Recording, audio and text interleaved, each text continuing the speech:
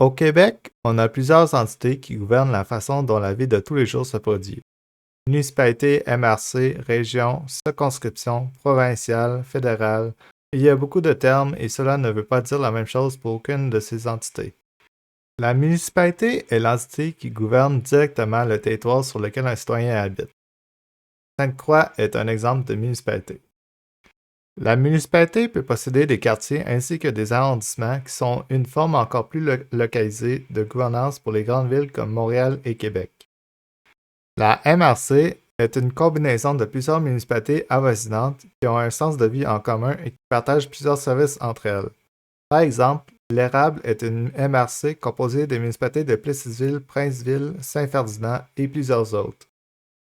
La région administrative est le regroupement de plusieurs MRC et forme souvent une région historique ou culturelle particulière. Par exemple, les cantons de l'Est est une région historique qui représente la quasi-totalité de son territoire par la région administrative de l'Estrie. Une circonscription est une forme de découpage du territoire qui permet de représenter un territoire spécifique par un élu dans un gouvernement. Ce n'est souvent pas le même découpage que ce qui est déjà présent pour les MRC ou les régions administratives. Au Québec, on a des circonscriptions provinciales et fédérales. Elles ne sont pas pareilles en termes de découpage de territoire et niveau de gouvernement qu'elles influencent. Les circonscriptions provinciales se font représenter à l'Assemblée nationale du Québec, alors que les circonscriptions fédérales se font représenter au Parlement du Canada, situé à Ottawa. En termes de fonction, tous les éléments définis précédemment ont des rôles différents. La municipalité et la MRC occupent des responsabilités similaires.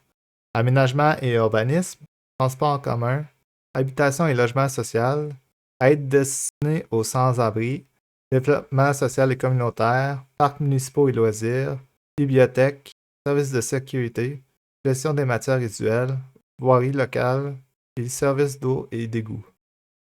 Cependant, les décisions de la MRC sont prioritaires vis-à-vis des municipalités.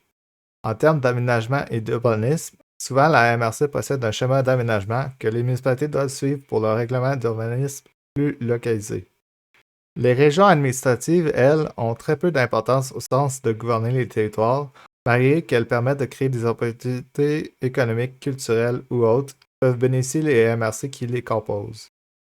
Le gouvernement provincial s'occupe de l'éducation, les hôpitaux et soins de santé, l'administration de la justice, le droit civil, l'immatriculation des véhicules et permis de conduire, les permis de pêche récréative ou sportive, les certificats de naissance, les loteries, les signalisations routières et les normes, lois et règlements de la province. Le gouvernement fédéral s'occupe de la défense nationale, les services postaux, la monnaie et les banques, les affaires autochtones, les affaires étrangères et commerce, le droit criminel, l'assurance-emploi, la citoyenneté, l'émission des passeports, les transports aériens, maritimes et ferroviaires, les télécommunications et la radiodiffusion, et les normes, lois et règlements du pays. Le gouvernement provincial et fédéral se partagent certaines compétences en agriculture, immigration, culture, environnement et transport.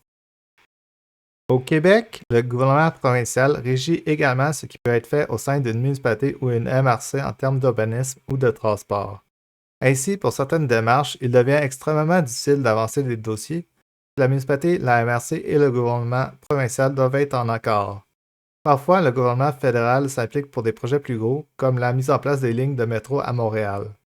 En plus de tout ça, il faut prendre en compte qu'il y a des sous-organismes au sein du gouvernement québécois et même des organismes indépendants qui peuvent rendre impossible la réalisation de certains projets. Même si les municipalités ou MRC désirent aller de l'avant, elles n'ont pas le droit puisque tous doivent être en accord pour que les projets soient légaux. Et c'est ça. J'espère que vous avez maintenant une plus grande connaissance sur ces différentes entités et les termes qui sont reliés.